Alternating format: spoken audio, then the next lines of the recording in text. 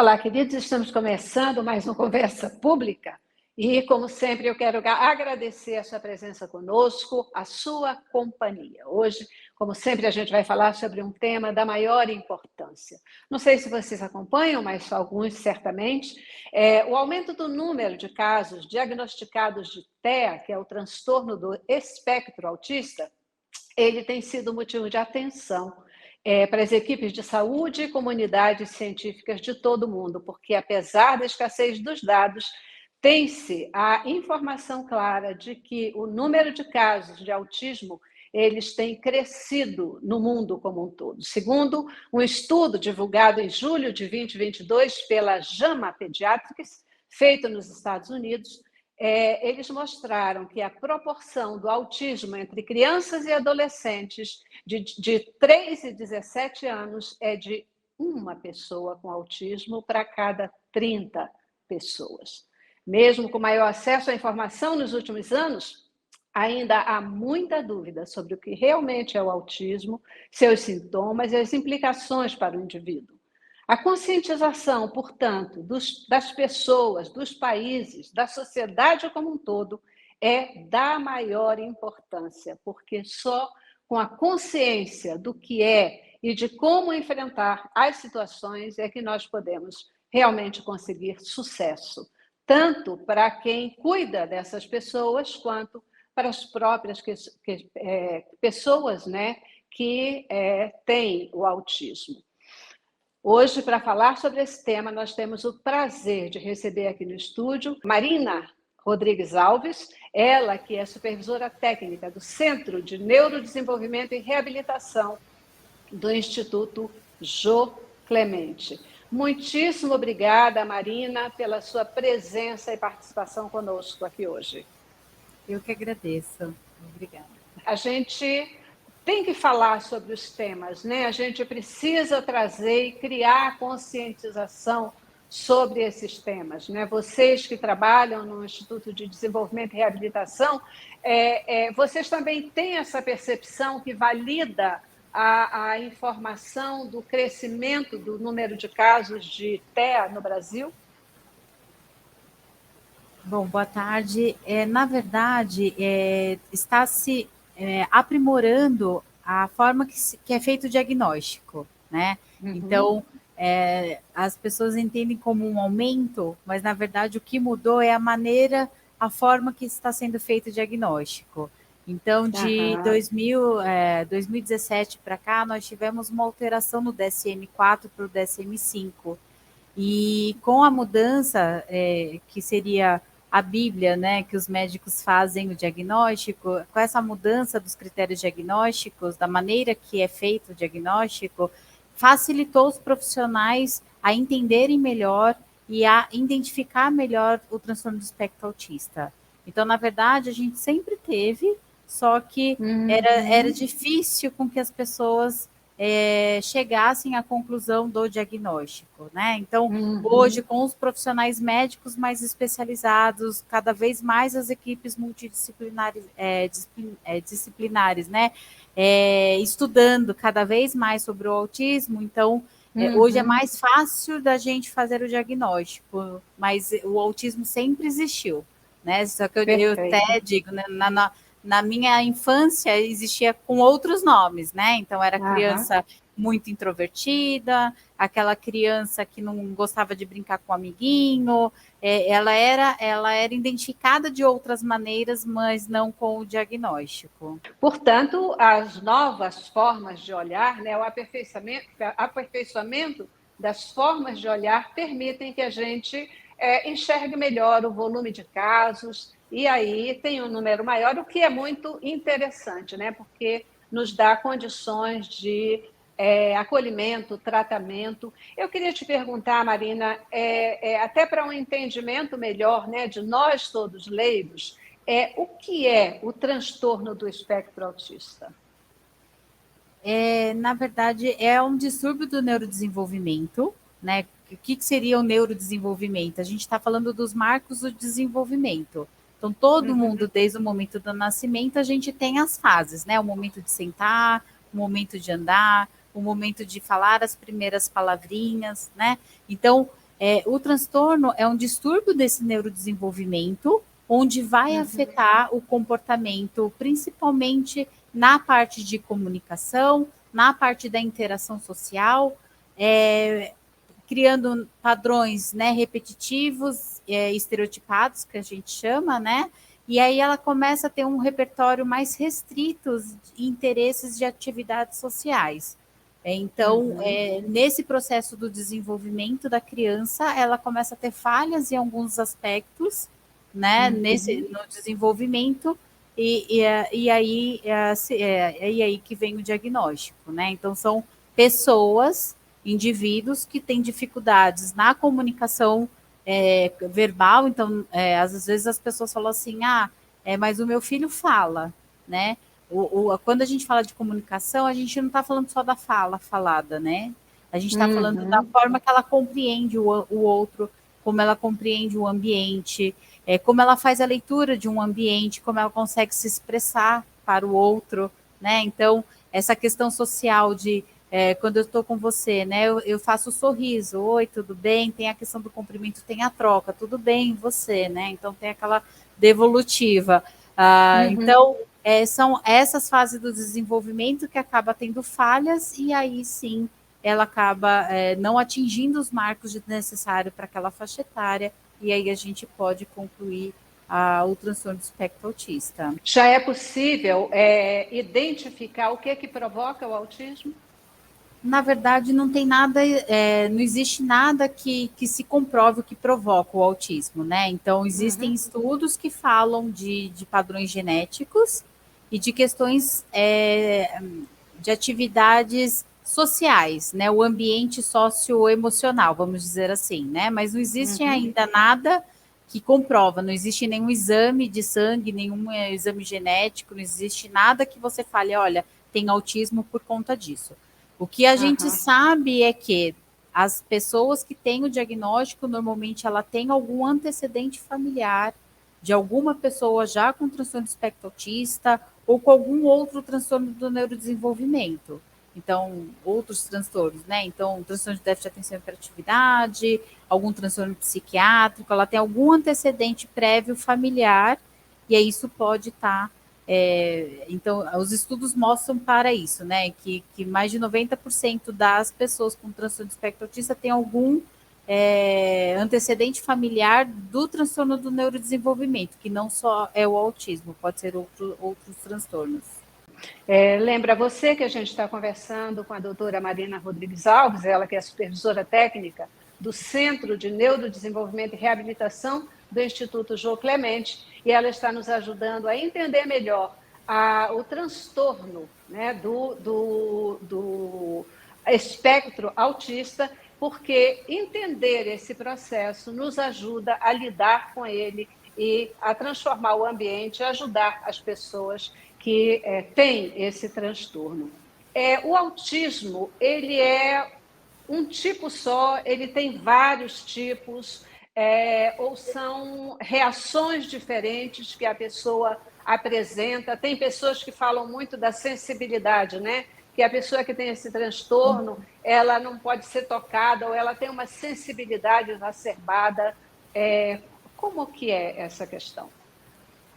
Então, referente ao diagnóstico, de novo, até o DSM-4, ele era dividido em subgrupos, né? Então, a gente tinha síndrome de Asperger, nós tínhamos o transtorno autista, a gente tinha alguns grupos, né? Depois que veio o DSM-5, ele agrupou e hoje todos são transtorno do espectro autista, tá? O que vai diferenciar um do outro é o nível, né? Quando a gente fala do nível, a gente fala nível 1, nível 2 ou nível 3. E o que vai mudar de um nível para o outro é o nível de suporte que aquela pessoa precisa para as atividades básicas de vida diárias, né? Então, se é uma criança que precisa de pouco suporte, ela é nível 1. Se ela precisa de um suporte moderado, então, que seria para se vestir, seria para fazer a lição de casa, o suporte seria o nível 2. E o nível 3 seria aquela criança que precisa de um suporte máximo. Então, uma criança que precisa de ajuda ajuda para comer, ajuda para ir ao banheiro, ajuda para se limpar, que seria o básico, né? Agora, sobre essa questão sensorial que você colocou, todos eles podem ter alguma questão sensorial, mas nem todos vão ter. Não existe um autista igual ao outro autista. Então, eu posso ter um que tem um atraso para falar, eu posso ter aquele que fala na idade certa. Eu posso ter aquele que tem hipersensibilidade com barulho e eu posso ter aquele que não tem hipersensibilidade com barulho. Eu posso ter aquele que pode ter uma hipersensibilidade para comer alguns tipos de alimentos, por isso que existe a seletividade alimentar, e eu posso ter aquele que vai comer todos os tipos de comida sem problema nenhum. Então, o importante é que quando a criança ela tem o diagnóstico, que ela passa por uma avaliação complementar com uma equipe multidisciplinar. Então, ela passa com um terapeuta ocupacional, por exemplo, que vai ver esses campos sensoriais. Porque ela pode ter uma alteração auditiva, mas ela pode não ter a seletiva, que seria a parte do paladar. Ela pode ter uma questão do tato, do toque, mas ela pode ter ela pode não ter uma questão sensorial. Então, ela tem que passar com uma psicóloga para ver uma questão de comportamento, a parte cognitiva, né? Então, cognitivamente, a gente fala da inteligência, o quanto ela está desenvolvendo dentro do que é esperado para aquela faixa etária ou não. E com a fono a mesma coisa, né? Então, a gente tem a linguagem expressiva, receptiva, então às vezes ela vai ter alteração em um, às vezes no outro, às vezes nos dois tipos de linguagem. Então, tudo vai depender de cada um, né? Por isso que a avaliação com a equipe multidisciplinar se faz necessária até para entender esse desenvolvimento e a autonomia das atividades básicas esperada para aquela faixa etária, para que a gente possa fazer a intervenção da melhor forma possível, né? Do que ela precisa. Porque às vezes o que um precisa, o outro talvez não vá precisar. Esses sinais do transtorno do autismo, ele normalmente aparece nessa fase da infância e da adolescência ou pode aparecer só mais tarde? Se não aparecer nessa fase, esquece. Como que é esse comportamento? Nós vamos ter crianças que desde o bebê, desde a fase de bebezinho, vai ter já alguns sinais, né? Então, aquela questão da mãe amamentando o bebê e a criança, ela não faz o contato visual, né? Mãe-bebê, que a gente chama. Tem crianças que ficam muito tempo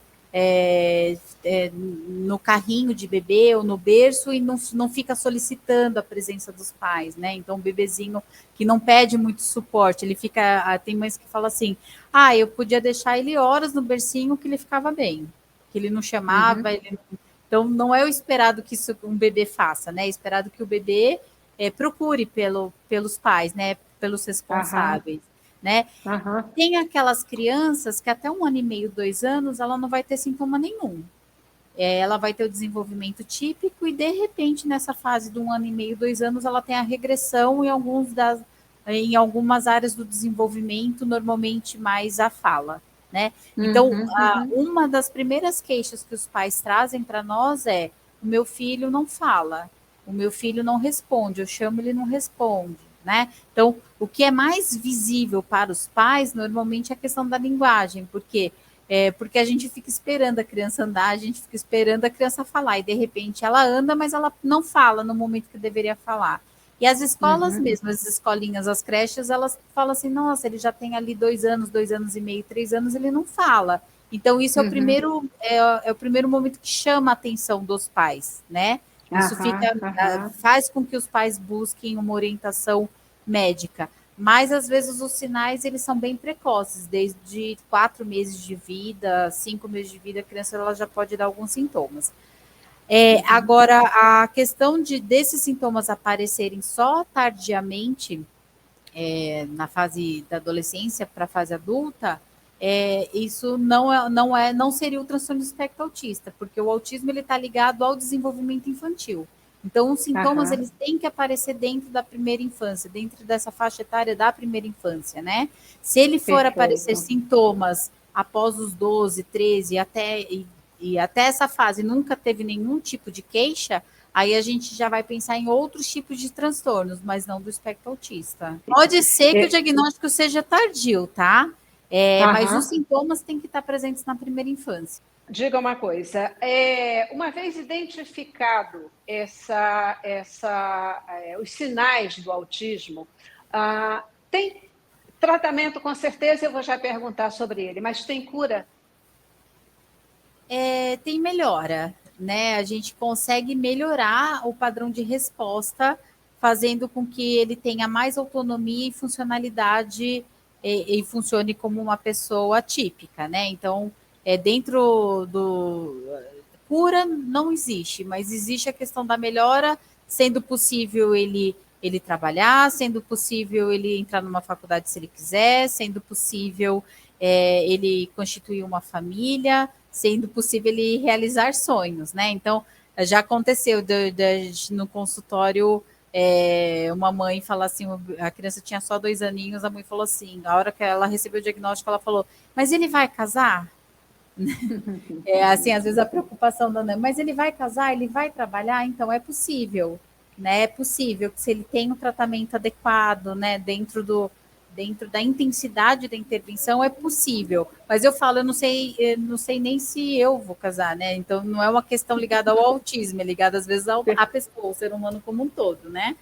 Então ele pode sim vir a ter uma vida normal, né, dentro de trabalhar, estudar e fazer o que ele quiser fazer, em alguns momentos com algumas limitações no sentido que ele precisa ser compreendido que algumas necessidades que são para a maioria, às vezes não é uma necessidade dele. Então, muitas vezes estar em grupo, às vezes não é uma necessidade da pessoa com autismo, mas é uma necessidade das pessoas como um todo. Então, ele pode estar no trabalho, mas ele não querer ir com um happy hour, por exemplo. Pode acontecer, né? Mas isso não vai impedir dele estar no ambiente de trabalho. Perfeito, mas isso às vezes pode acontecer até com qualquer pessoa, né? Que não está a fim de ir, etc. Isso me leva a lhe perguntar o seguinte: qual é o papel da família? Da família no momento que essa família identifica que essa criança ou esse adolescente ele tem o autismo?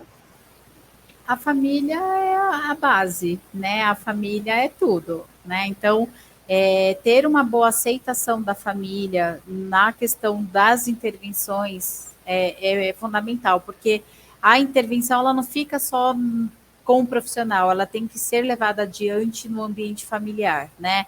Então, não adianta, dentro de uma clínica, a gente ensinar a criança a ter um tipo de comportamento, se em casa eles fazem completamente o oposto.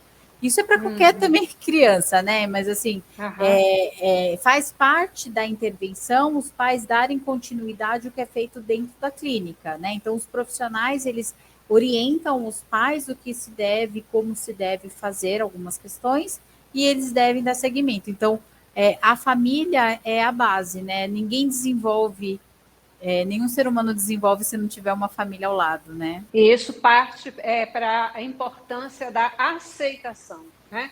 A Sim. aceitação ela vai determinar muito como essa família vai se relacionar com essa criança, com esse adolescente e fazê-lo viver bem, viver naturalmente, dentro de casa ou fora de casa, não é verdade? Eu acho que o medo impede a gente de aceitar, né? Quando eu tenho medo, eu tento evitar que aquilo esteja acontecendo, né? Só que evitar não vai ajudar a, a desenvolver, né? Então, quanto mais cedo essa família conseguir identificar alguns sintomas, né? Levar para o médico, eu costumo falar para as famílias, né? Médico e terapia não mata ninguém. Pelo menos até hoje eu não vi matar, né? Então não custa aí fazer uma avaliação com fono, não custa fazer uma avaliação médica. O máximo que pode acontecer é o médico falar, olha, não é do transtorno espectro autista, né? E aí traz também uma tranquilidade de falar, poxa, eu fui atrás e não é. Agora, o que vai ser prejudicial é eu ficar evitando esses profissionais e aí eu ter um diagnóstico tardio, né? Já existem vários Perfeito. estudos que mostram que quanto mais precoce se inicia as intervenções, maior é a chance dessa criança ter autonomia e funcionalidade próximo das pessoas típicas, né? Então, quanto Perfeito. antes ela vir, mais tempo ela vai ter de intervenção para que a gente possa. A gente fala de conexões cerebrais, né? Então, a gente cria novas conexões através das intervenções. Então, a gente está falando de neuroplasticidade. a gente está ensinando esse cérebro a criar novos caminhos para que ele se desenvolva. E quanto mais velho a gente fica, mais velho fica o nosso cérebro, né? Menos plasticidade a gente tem. Então, não é que não funciona, mas é que funciona de uma maneira mais lentificada e às vezes o resultado não é o mesmo se acontece de modo precoce. Falamos da família, vamos falar da escola. Qual é o papel da escola? As nossas escolas estão preparadas para lidar com essas crianças? Ainda nem todas, né? Eu acho que nós estamos num processo onde as escolas estão tentando se adaptar da melhor forma possível, né? Já melhorou muito, acho que de 2017, 2018 para cá, as escolas estão tentando se moldar e entender tudo isso e fazer parte de tudo isso, né?